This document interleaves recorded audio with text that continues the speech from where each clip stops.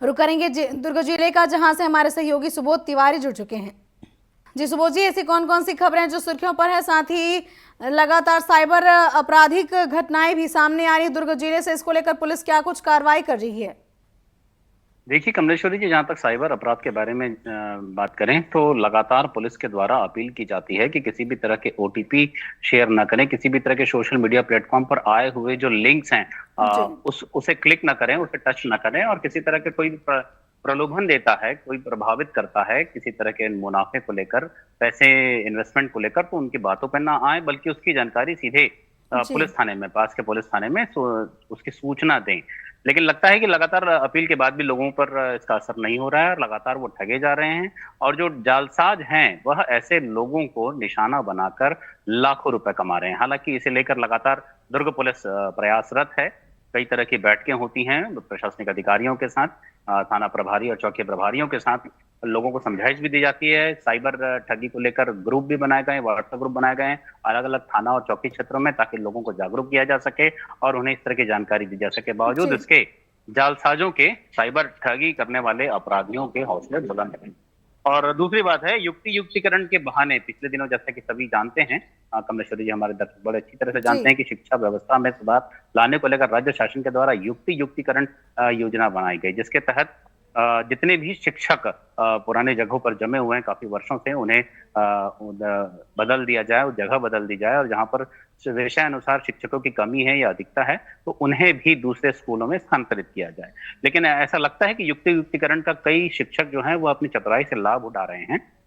कई ऐसे 250 250 से भी ज्यादा लगभग शिक्षक बताए जा रहे हैं जो जिनका मामला कोर्ट में लंबित है, और ऐसे सारे शिक्षक स्कूल नहीं जा रहे हैं। पिछले 4 महीने से तो गए ही नहीं हैं। उन्होंने ज्वाइनिंग तो ले ली मगर स्कूल में चेहरा तक नहीं दिखाया। दूसरी हम्म बड़ी बात है, ज्वाइनिंग लेकर घर में बैठ गए हैं और इसका बड़ा नुकसान, इसका बड़ा खामियाजा बच्चों को भुगतना पड़ रहा है। बताया जा रहा है कि 18 सितंबर से बच्चों के एग्जाम शुरू होने को हैं, और उसमें पढ़ाई हुई ही नहीं है, तो अब बच्चों का रिजल्ट क्या होगा इसका अंदाजा लगाया जा सकता है। इस ओर दुर्ग जिला प्रशासन को, खासकर शिक्षा विभाग को उचित कदम उठाए जाने की जरूरत महसूस की जा रही है। दूसरी बात करें, अगर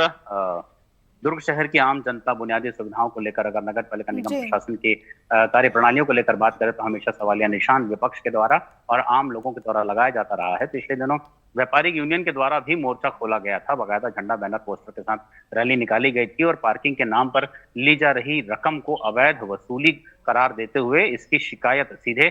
शहर महापौर अलका बागमार से की थी, जिसमें अलका बागमार ने, हालांकि उन्होंने आश्वासन दिया था, लेकिन अब 18 सितंबर को